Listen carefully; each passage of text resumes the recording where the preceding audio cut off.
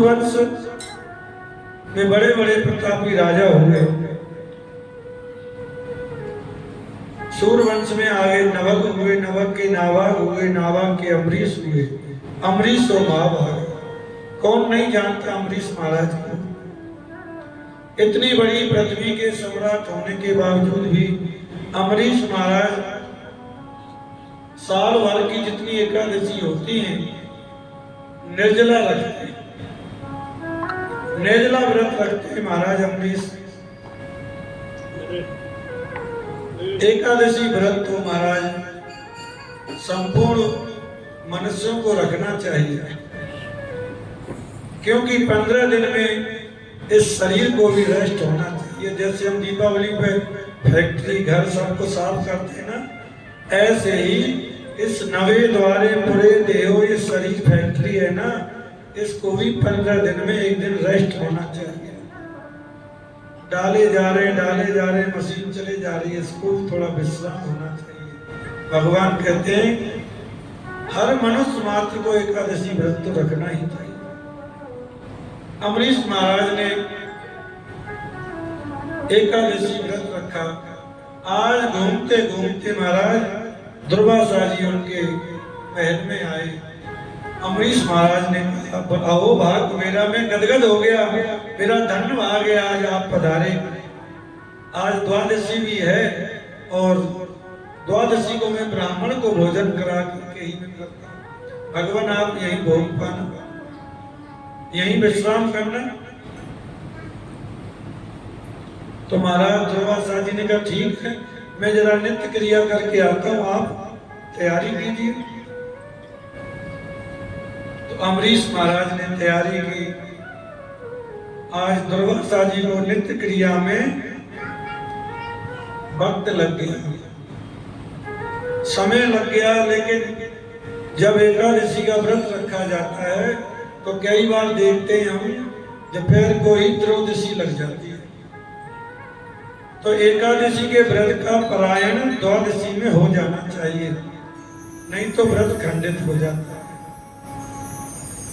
अम्बरीश महाराज खड़े हुए हैं, उन्होंने भगवान का चरणामृत हाथ में लिया ही था और इतने में ही महाराज दुर्वासा जी आ गए। दुर्वासा जी ने देखा, सोचने लगे इसने मेरी बिना आज्ञा के इसने भोजन कर लिया, मुझे निमंत्रण देकर के अब ये जलपान कर रहा है, ऐसा दुर्वासा जी ने सोचा। तो महाराज दुर्वासा जी तो क्रोध में आ गए। दुर्वासा जी क्रोधित हो गए और उन्होंने महाराज अपनी जटा को उखाड़ा और उसमें से कृत्या नाम की राक्षसी निकली, अम्बरीश महाराज को मारने के लिए दौड़ी। जैसे ही अम्बरीश महाराज के दौड़ने के लिए दौड़ी तो अम्बरीश महाराज ने हाथ जोड़ करके कहा यदि मैं अपराधी हूं तो मुझे मार दिया जाए, मैंने संत में और भगवंत में कभी भेद नहीं समझा।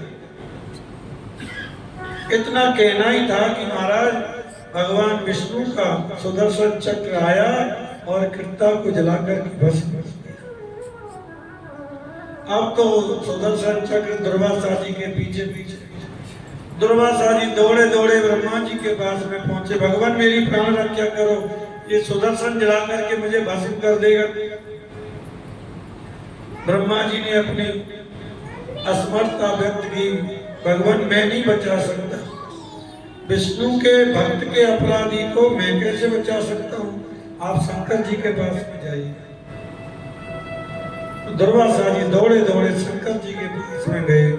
शंकर जी ने भी कहा मैं आपकी कोई मदद नहीं कर सकता, लेकिन जिनके भक्त का अपराध आपने किया है आप उन्हीं की शरण में जाइए, उन्हीं की शरण में जाने से तुम्हारी समस्या हल होगी। दुर्वासा जी दौड़े दौड़े महाराज विष्णु लोक में पहुंचे। भगवान से सैया पर लेटे हुए हैं, त्राही त्राहीमाम करते हुए दुर्वासा जी ने कहा भगवान मेरी प्राण रक्षा करो, ये सुदर्शन चक्र मुझे जला करके भस्म कर देगा।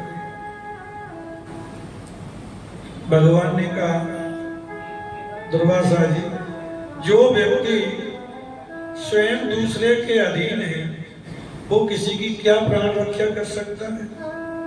मैं तो भक्त के ऐसा अधीन हूं कि खिलाते हैं तो खा लेता हूं, बिठाते हैं तो बैठा रहता हूं, नहीं खिलाते तो भूखा ही रहता हूं। तो मैं उस भक्त के अपराधी को मैं कैसे बचा सकता हूं? मैं तो खुद पराधीन हूं। यदि आपने अपनी रक्षा करनी है, जिनका अपराध किया है उनकी शरण में यदि तुम जाओ, यदि वो क्षमा कर दे तो हो सकता है मैं कुछ नहीं कर सकता। अयम भक्त पराधीन, मैं तो भक्त के अधीन हूं, मैं कुछ नहीं कर सकता। दुर्वासा जी दौड़े दौड़े महाराज अम्बरीश महाराज के पहुंचे। अम्बरीश महाराज वहीं खड़े हैं जहां छोड़ के गए थे। 1 वर्ष लग गया था दुर्वासा जी को घूमते घूमते। 1 वर्ष से अम्बरीश महाराज वहीं हाथ जोड़ करके खड़े हुए हैं द्वार पे ही। और दुर्वासा जी ने जाकर जैसे ही अम्बरीश महाराज के चरणों में गिरे, अम्बरीश महाराज ने तुरंत उठाया, भगवान ये आप क्या कर रहे हैं? मैंने तो भगवान में, संत में और भगवंत में कभी भेद ही नहीं समझा, ये आप ऐसा अपराध ना करें। दुर्वासा जी ने कहा मेरी कैसे भी प्राण रक्षा करो, ये सुदर्शन जला करके मुझे भस्म कर दे। दुर्वासा जी अम्बरीश महाराज ने हाथ जोड़ करके कहा, हे सुदर्शन जी, यदि मैंने भगवान में और संत में कोई भेद नहीं समझा है तो आप शांत होकर के चले जाए। सुदर्शन जी वापस लौट गए। दुर्वासा जी ने कहा, आज मैंने भगवान के अनंत भक्तों की महिमा को जाना है कि भगवान के कैसे अनन्य भक्त होते हैं, अनन्य भक्त होते हैं। दुर्वासा जी को बिठाया, उनको भोजन कराया। अम्बरीश महाराज को क्षमा करके वहां से महाराज आशीर्वाद देकर के दुर्वासा जी चले गए। आगे इसी सूर्यवंश में एक बड़े प्रतापी राजाओं के परम यशस्वी योगनाथ राजा हुए। सूर्यवंश की ये विशेषता रही, सूर्य भगवान से लेकर के राजा दशरथ तक किसी भी राजा के बिना यज्ञ के पुत्र नहीं हुआ। और चंद्रवंश की ये विशेषता रही कि बिना झगड़े के किसी का विवाह नहीं हुआ। चंद्रमा से लेकर के ठाकुर जी तक सब में कुछ ना कुछ विघ्न आए महाराज।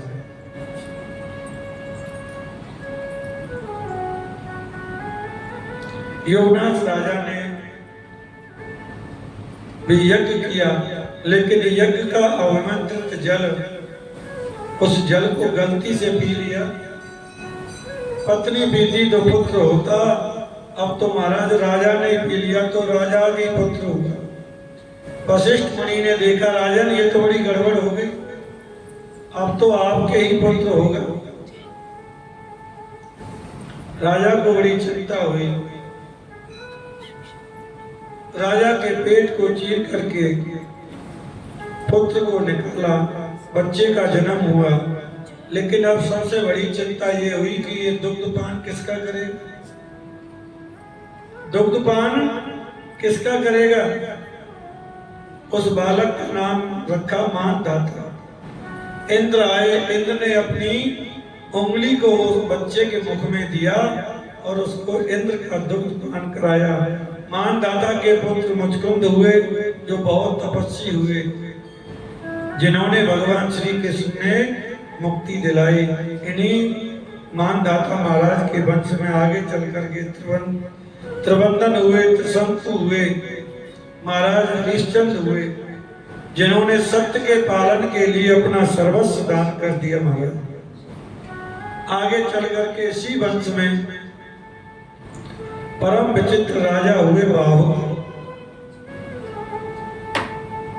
बड़ी रानी को यज्ञ द्वारा चरू खिलाया गया, गर्भ में बालक आया, लेकिन अन्य रानियों ने ईर्ष्यावश उसको जहर दे दिया।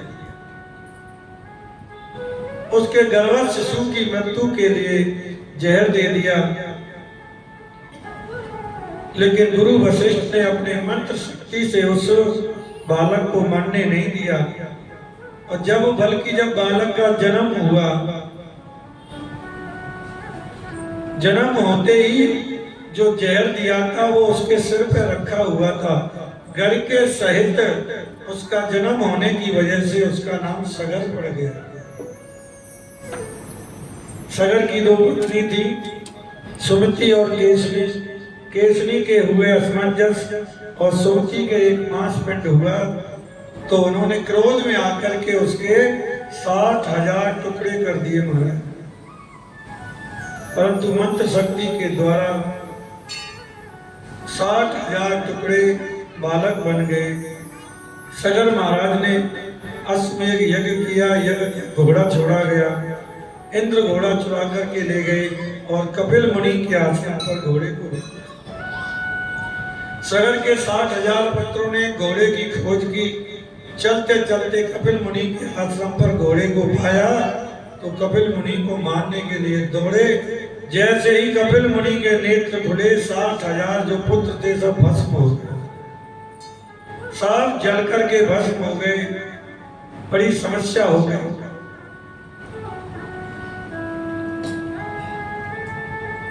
तो उन्होंने कहा महाराज ये भस्म हो गए, लेकिन इनका उद्धार कैसे हो? तो उन्होंने कहा जो पावन भगवान के द्वारा चरणों से निकलने वाली जो गंगा है, वो गंगा जल का इनका स्पर्श यदि हो जाएगा तो इनका उद्धार हो जाएगा। लेकिन गंगा तो ब्रह्मलोक में है, वहां से लेके कौन आए, कैसे आएगी? गंगा को लेकर के कौन आए? तो असुमान ने ब्रह्मलोक से गंगा जी को लाने के लिए बहुत तपस्या की, लेकिन उनको दर्शन तक भी नहीं हो पाए। बाद में उनके पुत्र दिलीप हुए, उन्होंने भी बड़ा तप किया, लेकिन गंगा जी का नहीं उनको दर्शन हुआ। उसके बाद दिलीप के उनके पुत्र हुए भगीरथ। भगीरथ की तपस्या से प्रसन्न होकर के महाराज गंगा जी 2-3 शर्त मान करके ब्रह्मलोक से चली। ब्रह्मलोक से चली गंगा जी, ब्रह्मा जी के कमंडल से निकल करके पहले ध्रुवलोक में आई, फिर सप्तऋषि मंडल पर आई, और फिर शिव जी की जटाओं में पधारी और सुमेरु पर आई। सुमेरु से हिमालय पर आई और वहां से फिर गंगा जी का निकलना प्रारंभ हो गया। गौरव जी, वहां से निकलना प्रारंभ हुआ। भागीरथी के साथ गंगा जी पधारी हैं। सगर के पुत्रों को वसुन का जो स्पर्श करके उनको सदगति प्रदान कराई थी। गंगा की इतनी महिमा है कि कोई 1000 किलोमीटर दूर से भी गंगा गंगा का उच्चारण करता है तो वो वहीं से गंगा जी के फल प्राप्त कर लेता है, पवित्र हो जाता है। गंगा मैया तुम्हारी जय जय हो, गंगा मैया तुम्हारी जय जय हो, गंगा मैया तुम्हारी जय जय हो, गंगा मैया तुम्हारी जय जय हो, गंगा मैया तुम्हारी जय जय हो, गंगा मैया तुम्हारी जय जय हो, जगती रानी तुम्हारी जय जय हो, जगती रानी तुम्हारी जय जय हो, गंगा मैया तुम्हारी जय जय हो, गंगा मैया तुम्हारी जय जय हो, मैया तुम्हारी जय जय हो, गंगा मैया तुम्हारी जय जय हो, विष्णुपति तुम्हारी जय जय हो, विष्णुपति तुम्हारी जय जय हो, जगती रानी तुम्हारी जय जय हो, जगती रानी तुम्हारी जय जय हो, गंगा मैया तुम्हारी जय जय हो, गंगा मैया तुम्हारी जय जय हो, रानी तुम्हारी जय जय हो, जगती रानी तुम्हारी जय जय हो, विष्णु प्रिया तुम्हारी जय जय हो, विष्णु मैया तुम्हारी जय जय हो, शंकर प्रिया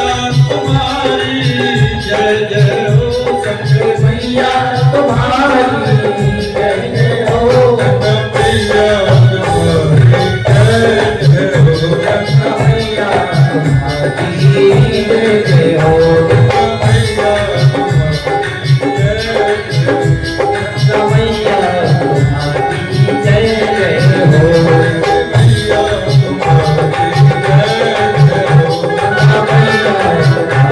जय जय हो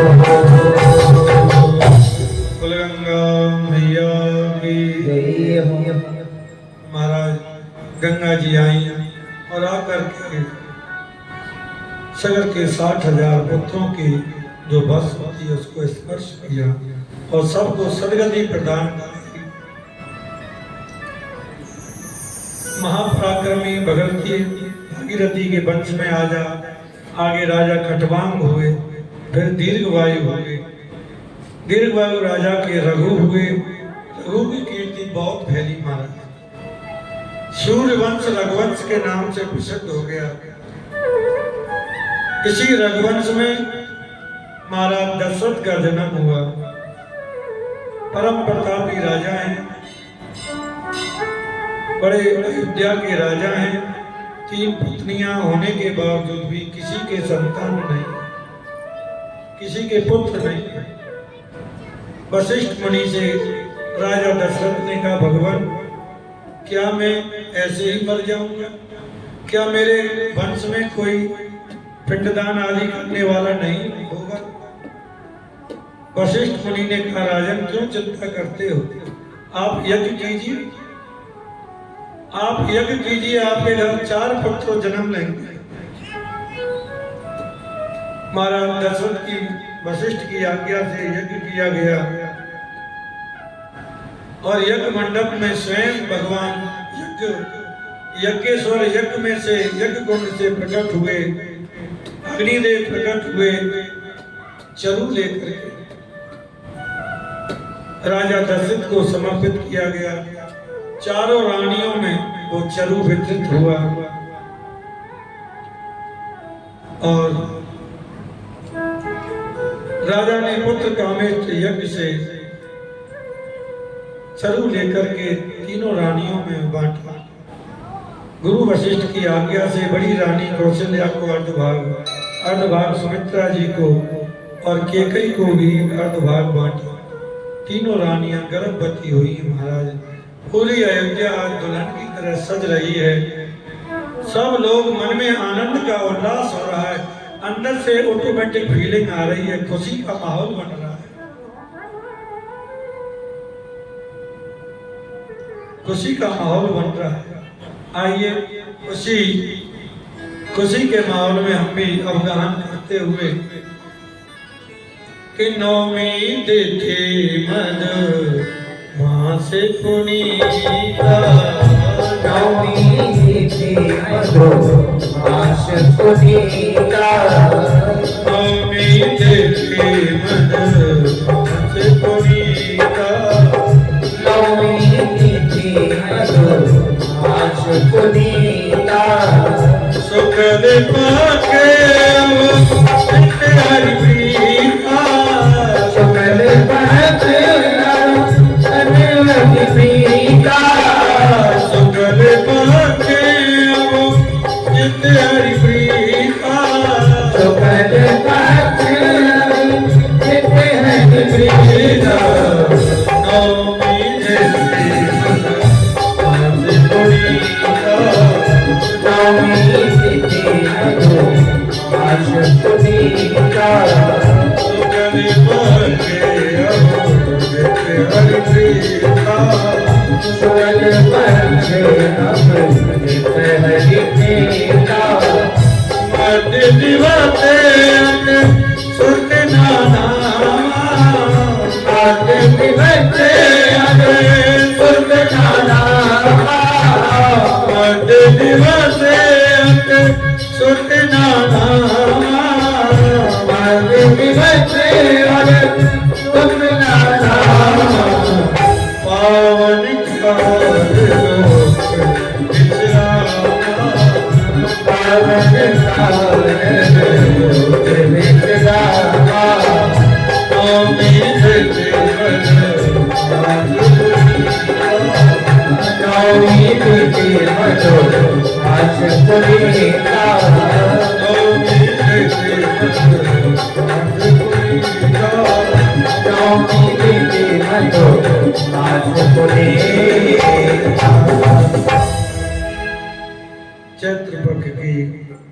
9वीं तिथि अभिजित मुहूर्त में दिन के ठीक 12 बजे मेरे राघवेंद्र का प्राकट हुआ। बोलिए राजा रामचंद्र महाराज की जय हो। संचक्रम सक्रीट कुंडलम सफेदवस्त्रम सरसूरेखिणम। ऐसी सुंदर दर्शन करें। मंद मंद मुस्कान, हास्य मुस्कान करते हुए भगवान ने शंख चक्र गदा पद्म धारण किए हुए हैं। माता कौशल्या गदगद हो रही है, लेकिन ये बात किसी को नहीं, दशरथ जी को भी नहीं पता, सैनिक मंत्री संतरी किसी को भी नहीं पता कि राम का प्राकट हो गया है। सिर्फ माता कौशल्या को पता है। इसलिए कहते हैं कौशल्या हितकारी। माता ने दर्शन किया। भगवान ने कहा, आपको याद है आपने पूर्व जन्म में बड़ी तपस्या की थी कि चाहूं तुम्हें समान सुत प्रभु सन कवन दुराव।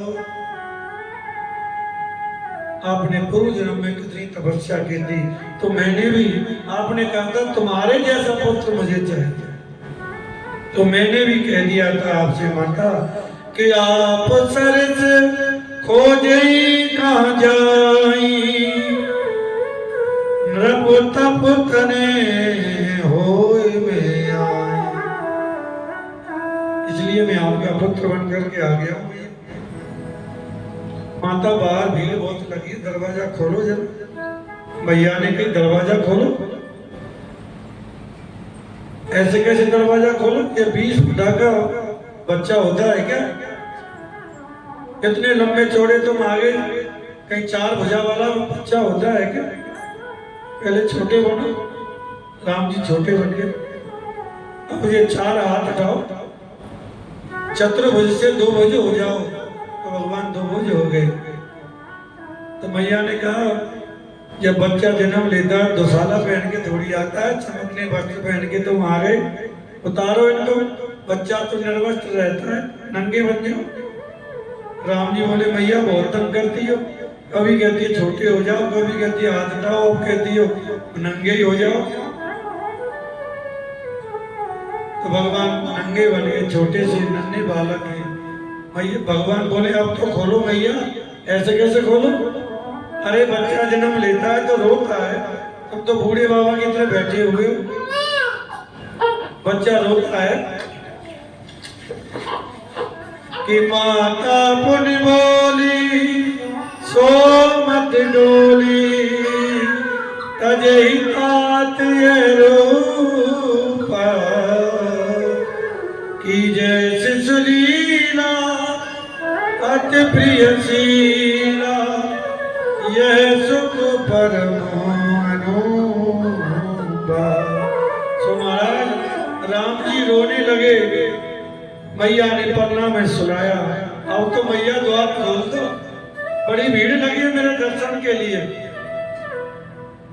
सुन बचन सुजाना रोदन ठाना, होए बालक सुरभूपा, ये चरित गावे हरिपद पावे, तेना पड़े राम जी महाराज रोने लगे, रुदन करने लगे। आकाश मंडल में देवता सब दर्शन के लिए लालायित हो रहे हैं,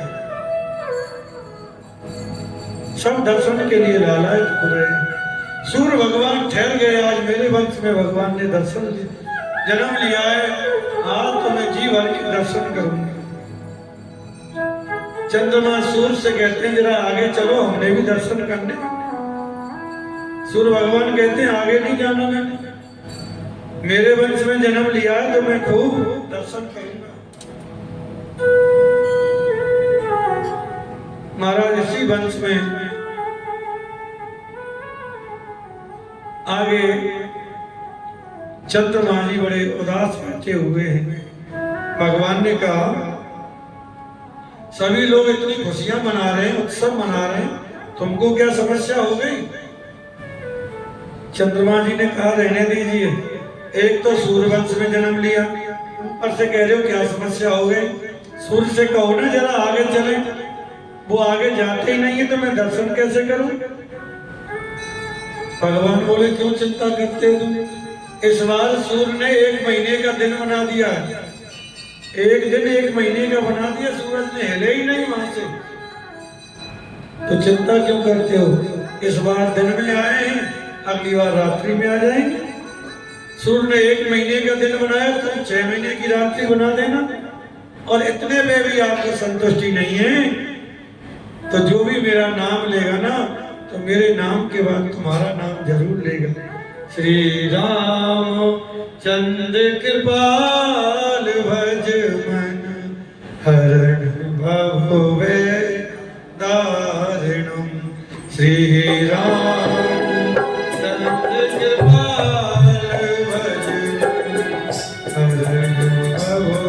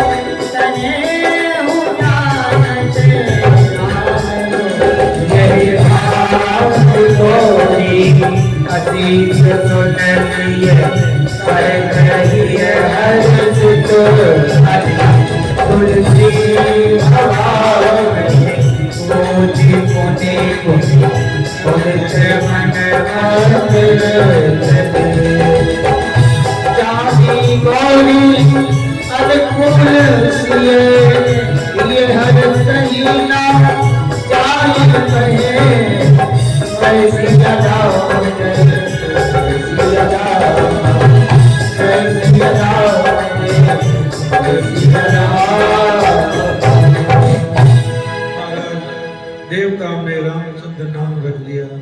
महाराज दशरथ को सूचना मिली आपकी भार्या के 4 पुत्रों को जन्म दिया है। महारानी कौशल्या के राघवेंद्र पधारे हैं, केकई माता के भरत लाल को जन्म दिया है।